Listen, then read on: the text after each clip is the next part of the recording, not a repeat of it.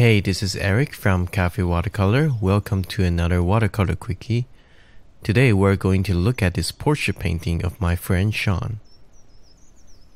I am very excited to share this video with you because I got a comment in one of the portrait video I did. Someone asked me if I can do a demo on painting a darker skinned person. So here it is. Shawn is someone I work with during the day. He is a very talented 3D environment artist. And when I told him I want to paint him, he just kind of laughed and said that I want to diversify my portfolio. So I took a few photos of him on the sky bridge in the office building we were in. The soft lighting from both sides make it an ideal location for me to take reference photo for portrait. To me, a high contrast lighting scenario is not ideal for watercolor. While it is certainly possible to paint a hard, strong lighting, I am personally more drawn to a soft, natural lighting. I feel that I can play with the color of the light a little bit more, and the face looks a bit more luminous. Anyway, so the drawing for him is actually quite easy. When I say easy, I don't mean it requires less skill, but I feel a lot less pressure when I'm doing a portrait of a man. Shawn is a cool looking guy, but I don't have the pressure to make him look pretty or to make his skin smooth and so on. In fact, because his facial structure is so much stronger and distinct, that makes it easier for me to sketch out his head.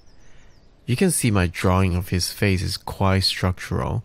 That's a good thing because with a good base structure, you will likely to have a solid looking portrait.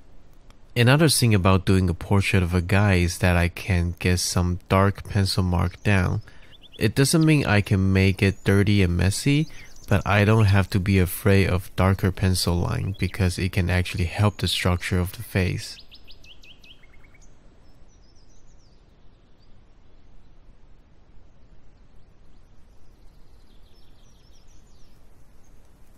This video was meant to be a longer demo video, but unfortunately I lost the palette and the close-up shot footages. I only have the overview footages left, so I can only make it into a quickie. I still think we can get a lot of things covered in this video though.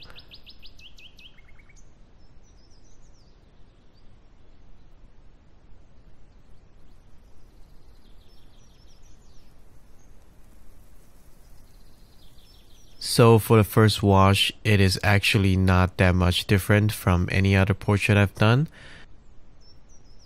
Just that the skin tone is a little bit darker and warmer. It's important to know that just because I'm painting a black person doesn't mean I start to use a lot of muddy color like burnt umber. I still mainly use cadmium orange with a bit of cadmium red. I just added some cerulean blue when I need some cooler tones. And that's it for the first wash. I still try to leave the light area quite transparent. The goal of the first wash is always trying to maintain a clean wash overall color tone and a little hint of value. The issue though is that we often try to do too much in the first wash. And I make that mistake myself very often. When you try to do so much in the first wash, you're risking a clean wash. Especially that I'm using Saunders, which dry faster than Arches and some other brands. I really need to be mindful to keep the wash clean. It is good to remind yourself that the priority is to have a nice clean first wash. It's okay if there's not enough variety of colors and value. First wash never really looked that good. It's flat and pale. So it is a mentally challenging state because you need to have the confidence that this will turn into a good painting. After the first wash is dry, it's time to do the second wash.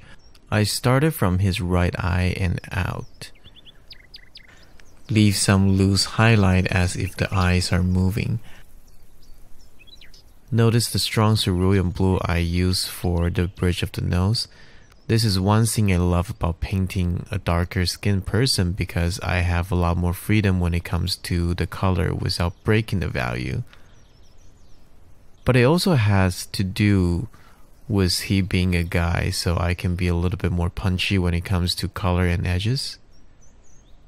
You will probably notice there are a lot more hard edges on his portrait than my female portraits. Similar to the portrait of my friend Gooch in one of the past video, I feel it's a perfect way to show the male facial structure that way. Notice that I try to connect shape as much as I can. So from his iris to the eye and the shade of his eye socket to the brow and so on. The thing about portrait is that you want things to feel they belong together. You want them to feel like they belong to a face. When I was painting oil, I usually start by just blocking the lightest light and the darkest dark. Then I will work my way through the midtone into the detail. For watercolor, after the first wash, I like to start right from the eyes and out. It's just the way I like to work, so it's very important for me to remind myself that eyes are part of the eye sockets, and the eye sockets are the part of the face and so on. Moving on to the other eye and connect it to the right eye through the bridge of the nose. Now I move down to the tip of the nose. I mix a darker and warmer color for the tip of his nose, so I drop the paint on the tip of his nose and the wing of his nose, and I connect them. My brush follows the form and the structure of his nose, so I mentioned before I am pulling the form out from a two-dimensional surface. So when you paint, don't just see shape and value from your reference. Analyze and read them as a three-dimensional object. Train yourself to do that, and it will show in your painting. Because if you don't read the reference as a 3D object, you are just copying a 2D image to a 2D surface, and your painting won't look as dimensional and believable than they should. A painting will look more alive than a photograph because of your translation through your mind to your brush and onto the paper, not because how well you can copy a photograph. Painting his nostril and connect it down to his lips. He has this wonderful, nice, full lips, a very distinct feature that many African American people share, so I need to make sure I get that in. The wide and the broad nose base and the strong full lips, these are the things that are important. So on top of value, color, structure, I also need to show the distinct feature he has. Now from his mouth, I start to lay down some broader stroke for his cheek all the way up to his forehead. Remember the warm and cool relationship. Like I said, I didn't use much burnt umber. I like to darken the skin tone more with burnt sienna because it's warmer. Therefore, I need to cool the color off with cerulean blue. Now I make some really dark tone for his goatee. For this part, I will have to use burnt umber, but it's his hair, so that doesn't really matter. I do this while the paint on his chin is still wet. That way the root of his goatee will blend into his skin. The last thing you want is to feel like this is a cutout and glued on and not belong to the face. Adding another layer to the nose and the mouth. As you can tell, I have a lot of fun modeling his nose and lips, as they are such a distinct part of his face. And I do a test right on the paper. I think that's important to do because if you test the color on the side, you cannot really judge the value and color accurately. There is no need to be afraid when you do that because if it is too light, then just add some more paint. If it's too dark, just add more water. You can actually add water and press it with a paper towel to get it off almost completely. So don't be afraid to test your color that way.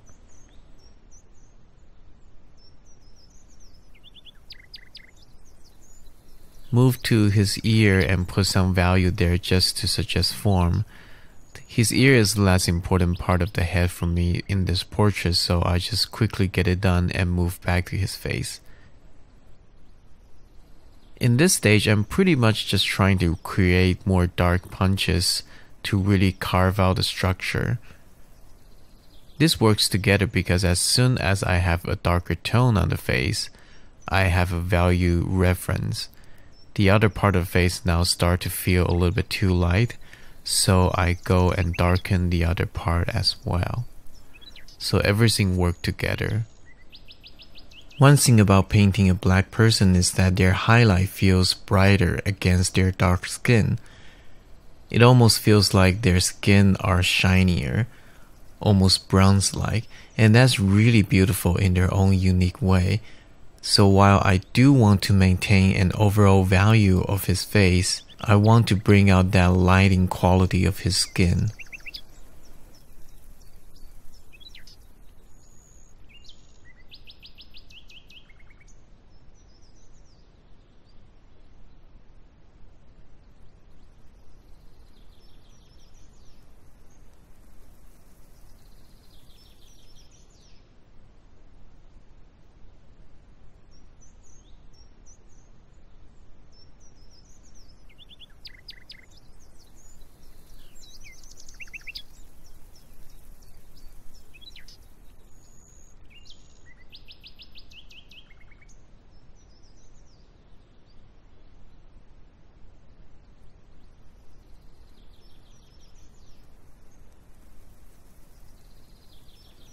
Now I go down to his neck, some darker value and some cool colors here, and move on to his hair.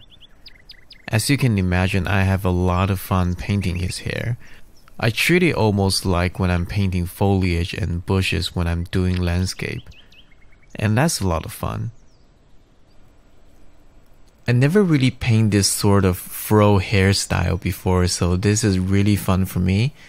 Because instead of trying to paint it as different planes with long smooth brushstroke, this is more like painting textures. I keep the top of his hair light because I want to have the sense of light bleed into his head. If I just copy the photo, the hair will be very dark and heavy, and that will compete with his face too much. I try to have an interesting silhouette and shape, and this is actually the first time I splatter some clean water on the portrait. I do that because I really want some interesting texture on his hair. We need a little breakup in his dark hair values so it doesn't look so dead and heavy. So you can see watercolor does its wonder if you let it. Those textures on the hair are looking great, and I won't be able to do it myself by just painting with my hand. I mean, sure, I can try pulling my hair to render this incredibly complicated texture, but to me that defeats the purpose of using watercolor. Of course, you can paint watercolor however you want, but I personally like to utilize what watercolor can offer that's available for me. And at the same time, I think I'm always trying to capture the people likeness with their essence, rather than just how they look. Now, I don't want to become philosophical and starting to say some convoluted, cringe-worthy stuff because it's not what my painting is about as well.